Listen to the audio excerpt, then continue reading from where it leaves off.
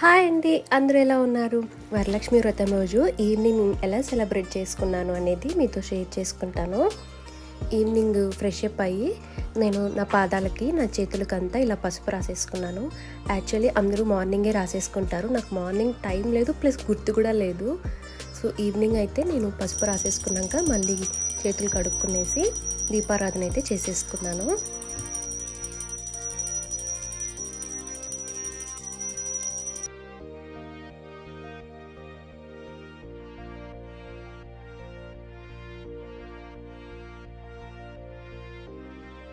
ముత్తైదులకి వాయినంలో ఇవ్వడానికి నేను బెల్లం పొంగలి, శనగలు, పులిహోర చేశానండి. వాయినం ఇవ్వడానికి నేను ఏమేమి పెట్టానో చూపిస్తాను. ఒక ప్లేట్లో నేను బ్లౌజు, గాజులు, 2 పసుపు గుమ్ములు, 1 రూపీ కాయిన్, తాంబూలం, ప్రసాదము, బెల్లం పాకం. యాక్చువల్లీ బెల్లం పాకం చాలా వరకు ఇవ్వరు, కానీ నేను అమ్మవారికి చాలా ప్రీతికరమైంది బెల్లం పాకమే కాబట్టి మన ఇంటికి వచ్చే ప్రతి ముత్తైదువు అమ్మవారితో సమానం కాబట్టి నేను వాళ్ళకి బెల్లం పాకం కూడా ఇచ్చాను.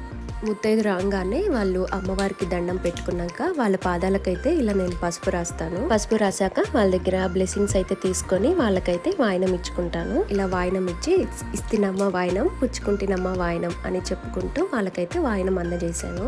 నేను యాక్చువల్లీ 3 మెంబర్స్ లేదా 5 మెంబర్స్కి అయితే ఇవ్వాలనుకున్నాను, కానీ ఆ రోజు అమ్మవారి నాకు కరుణించి నా ఇంటికైతే 10 మంది ముత్తైదుల్ని పంపించారు. మా ఇంట్లో వరమహాలక్ష్మి పూజ అయితే ఇలా సెలబ్రేట్ చేసుకున్నానండి.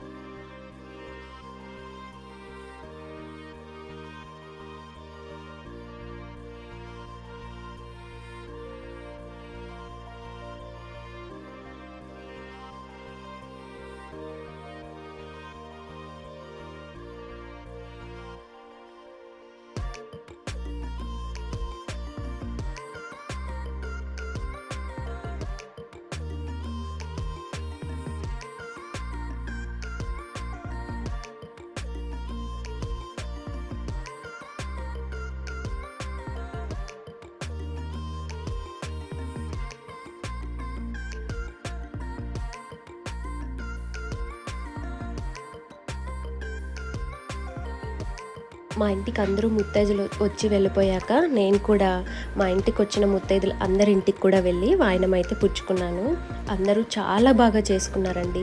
ఈరోజు ఎస్పెషల్లీ లేడీస్ ఫెస్టివల్ కాబట్టి అందరు లేడీస్లోన మహాలక్ష్మి, వరలక్ష్మి ఉట్టిపడినట్టు కనిపిస్తుంది. ఈ ఫెస్టివల్కి గ్రాండ్, సింపుల్ అనేం లేదండి. అమ్మవారి పటంకి నార్మల్ పూజ చేసుకున్నా కూడా అమ్మవారి దీవెనలు మన మీద ఎప్పుడూ ఉంటాయి. మీ ఇంట్లో మీరు ఎలా సెలబ్రేట్ చేసుకున్నారో కమెంట్ ద్వారా తెలియజేయండి. అలాగే నా వీడియో కన్నా నచ్చినట్టయితే వీడియోకి ఒక లైక్ చేసి మన ఛానల్ ఎవరైనా కొత్తగా చూస్తున్నట్టయితే ప్లీజ్ మన ఛానల్ని అయితే సబ్స్క్రైబ్ చేసుకోండి.